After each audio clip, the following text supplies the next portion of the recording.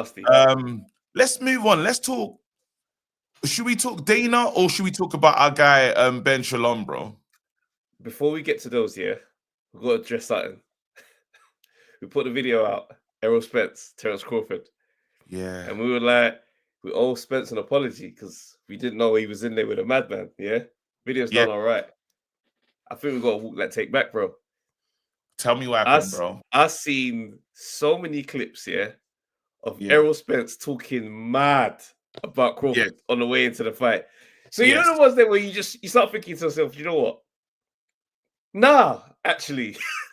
I'm taking it back. So you're saying, taking it back. The clips now. You've seen the clips of like, what was he saying? Because I haven't seen all the like, what kind of stuff was he like? Been mad. One thing that was consistent, you see the way like they tried to rub out Crawford in this boxing thing, like it's a big plan. It's almost like, this was a real conspiracy, bro. Like you married the way they speak about Crawford as if, this guy don't sell. Like we don't even losing money on him. Yeah, we don't even need this fight. When I start doing all this, we don't even need bro. There's levels. I'm this. I'm that. Like, bro, it was so dismissive to the point where you start thinking, are we mad here for thinking that Crawford could win this fight? So you start looking at all of the. You can see. I feel like Crawford was against the machine in boxing. Somebody really did not want this person to find success. No, many machines, because when your promoter comes out, your promoter saying, I'm losing money every time he fights. That's the maddest thing I've ever heard a promoter say. Especially having someone, just imagine being winning. And he's knocking man out. Yeah, that's it. So he's that talented, and you're like, I'm losing money. Your promotion skills stink. That's what we got to say. It's your job, because guess what? He's undefeated. So what are you doing, that's disconnecting him from the world? Oh, you're not giving him challenge. So then Errol's like, because I remember how they used to talk. They'll be almost together, and he'd be like, he look kind of chilled and relaxed, maybe drunk sometimes, Errol. And we're like, no, we don't need to fight you. Like, what are you gonna bring to us? And so in the Crawford interview with Ward, that's a great podcast, by the way. Something about Andre Ward just brings out the real talk from the man, right? So he's sitting there and he's basically kind of revealed that Errol Spence had planned to fight Canelo down the line at 164. And so when you really look at how this is played out, he would have munched at you, bro. If you really look at how this played out, Crawford really took the bag from him, bro. He showed up and said, bro, oh my God! That's why you can understand the vim that he was fighting with, because it's like, I'm not just fighting you, I'm fighting the machine. I've got your boys ringside, run them as well, bro. The Canelo fight, say bye-bye, bro. I'm taking that.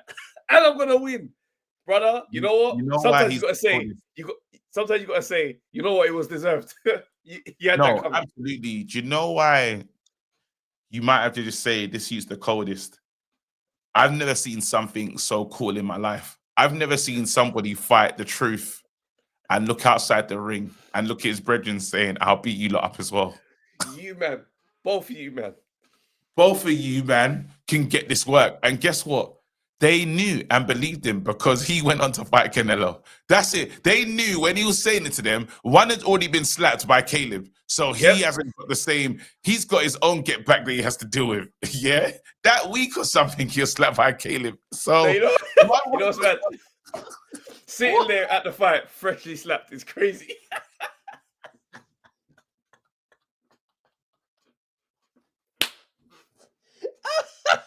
Caleb Plant is there, bye.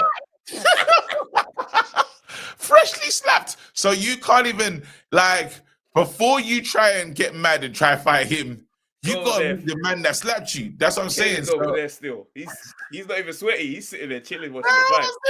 So the other brother's thinking, we look shit. This is the best of us in the ring. He's getting pulverized. My brother's been slapped. I don't even know what I'm doing on this boxing thing, really. And then not just that, he goes and then beats up. This guy's up. His future up. Oh, my God. Sometimes, sometimes you gotta just watch poetry in motion. Just let it play out. Yeah. This is Yeah. what everybody had coming. Everybody had this coming. Well, it's when we saw Crawford's a bad boy, you know. When we saw this man walk into the ring with Eminem and the fishing net to cast a wide, bro. You know when you're fishing with the fishing net, yeah, it's not specific. You'll throw it in there to catch anything. Whatever gets neared in your situation. And that's why you can say, yeah, I got up to Canelo. Because you said everything's gonna end up on this boat. So we're gonna throw it in and see what happens. Crazy. You know what the bad thing is? You know what's crazy? You know how much respect you have to have for the ops that squashed all your plans to stop him? Their respect for Crawford is a different level of respect, bro. That's a man that's like, you ever see those films where the Donnie shows up and he sits at the table and he's sitting there with the guy that called the hit on him, the hit that was supposed to have been done yesterday. Yes. And he sits down. They don't even have to speak about it. He knows this is mad. Yeah, it could have. What's the men? What's the men they've been talking the most recently? I've been watching the pods. Oh, the mafia, the main man. Yeah. Who's gonna whack him? Who's gonna whack him? But then sit down and look at him and say, I definitely told the brother to whack you yesterday. So, hello. Hello. Do you want some wine? Let me get you a scotch, bro. This is the finest that we have because something. This could be a last scotch. This could be a last scotch as well, bro. Nah, but then, bro, it's actually crazy. When we think of Crawford, yeah, and how he destabilized the table, I don't think we'll ever see the likes of that again. Because you were building, you was always great and you needed opportunity. That's all it tells us. You was great from the beginning. And it was, you know, when you say gatekeepers, he was a victim of gatekeepers, really. And 100%. oh man.